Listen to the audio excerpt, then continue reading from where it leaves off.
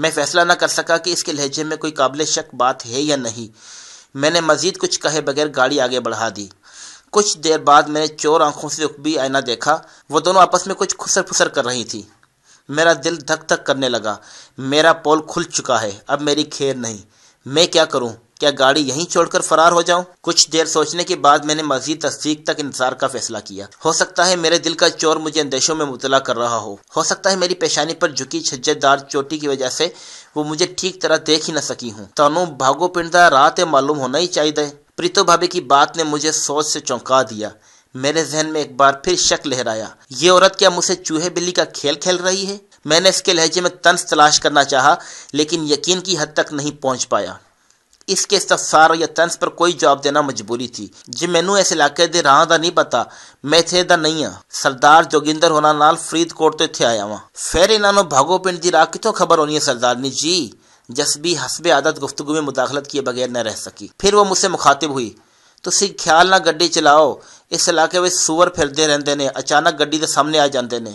میں نے اس کی گفتگو کی روشنی میں خود کو اطمینان دلایا کہ یہ دونوں مجھے شناخت نہیں کر سکی ہیں اور خطرے کی کوئی بات نہیں ہے، لیکن میرے دل میں پروان چڑھے اندیشے کم نہیں ہوئے۔ میں نے کچھ دیر بعد ان پر ایک بار پھر نظر ڈالی تو وہ پھر سرگوشیاں کرتی نظر آئیں۔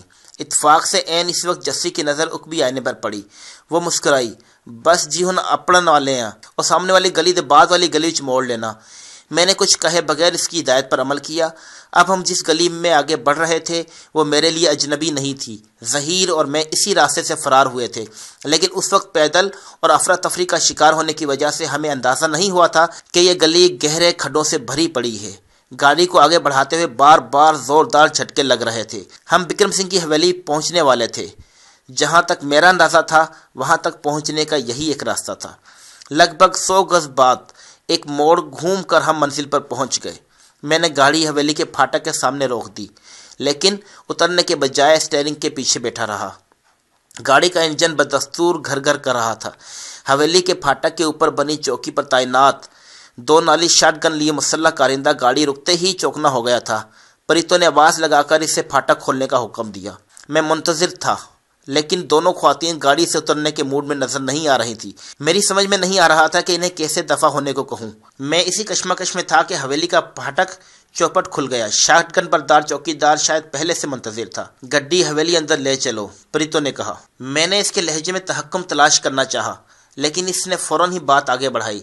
کچھ ان پانی کر لو، من کرے تے تھی سو جاؤ، سویرے چلے جانا۔ میں نے نفی میں سر ہلایا، نا جی، ہو سکتا ہے حویلی وچ کسی اور کام لئی سردار ہونی مینوں لبدے ہون، ہن مینوں اجازت دیو۔ یہ کہتے ہی میں نے گاڑی پہلے گیئر میں ڈال دی۔ اچانک پریتو بھابی نے گرج کر چوکیدار کو حکم دیا، اینو روک، نسن نہ دیویں۔ یہ سنتے ہی میں نے گاڑی تیزی سے ریورس گیئر میں کی اور ایکسیلیٹر پر دباؤ بڑھا دی۔ گاڑی کو پیچھے ہٹتے دیکھ کر پریتو بھابی بھی چوکیدار پر چیخی، تکنا کی ہے، گولی مار دے اینو، دیکھ کیا رہے ہو، اسے گولی مار دو۔ یہ سن کر چوکیدار نے تیزی سے شاٹ گن کی نال کا رخ میری طرف کر دیا۔